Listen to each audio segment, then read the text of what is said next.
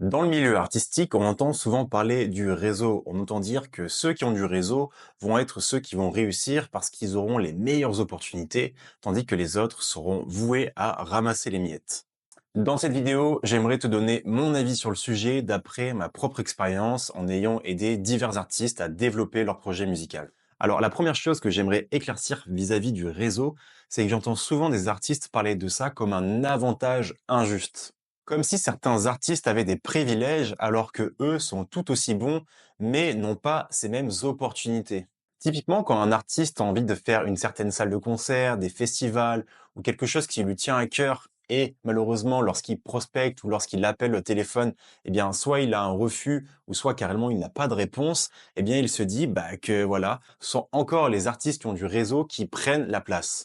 Effectivement, lorsqu'on a des contacts avec les programmateurs, les personnes qui organisent les événements, ceux qui gèrent la salle, c'est beaucoup plus simple d'y accéder, c'est logique. Mais ce qu'il faut comprendre, c'est que souvent, le réseau, c'est le reflet de l'expérience d'un groupe, d'un artiste. C'est-à-dire que plus un artiste aura fait de concerts, plus un artiste se sera montré sur scène, qu'il aura montré de quoi il est capable, plus les gens vont le connaître et plus ce sera facile pour lui, justement, de capitaliser là-dessus et de saisir de belles opportunités.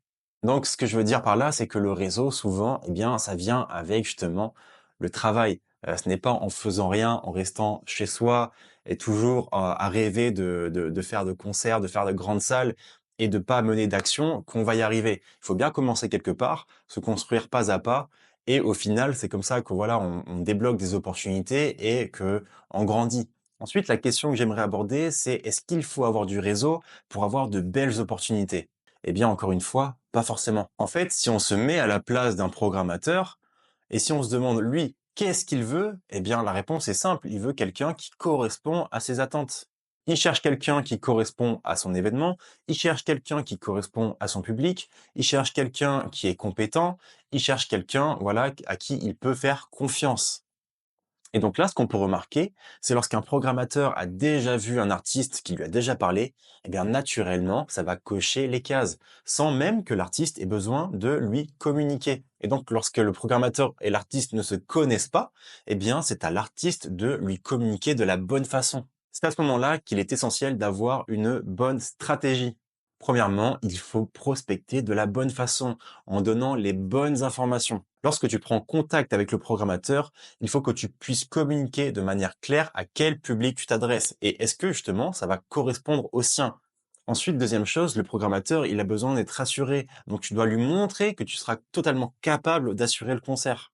Ça peut passer par une vidéo de démonstration qui est assez qualitative pour donner envie et qui va montrer justement de quoi tu es capable. Ça peut être par preuve sociale en disant que tu as déjà joué à tel endroit ou à tel endroit. Bref, il y a plein de façons de montrer que tu es suffisamment compétent pour assurer son concert. Et si tu vois encore que tu n'as pas de réponse ou trop de refus, eh bien améliore ta communication. Essaye de revoir justement ta maquette de présentation. Essaye de revoir justement ton texte qui présente un petit peu ton concept. Essaye de revoir ton branding. Essaye de revoir ton ciblage. Tous ces éléments, lorsqu'ils sont parfaitement optimisés, il n'y a aucune raison que ça ne passe pas. Donc pour conclure, ne sois pas fataliste vis-à-vis du réseau, c'est quelque chose qui se construit avec le temps. Il faut d'abord commencer par voilà, mener certaines actions, commencer à franchir le pas et à se faire un petit peu connaître, et naturellement ça va venir.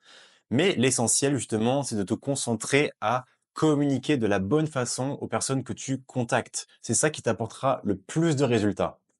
Voilà, j'espère que cette vidéo t'a plu. Si c'est le cas, n'hésite pas à liker, t'abonner et sur ce, je te dis à très bientôt. Ciao!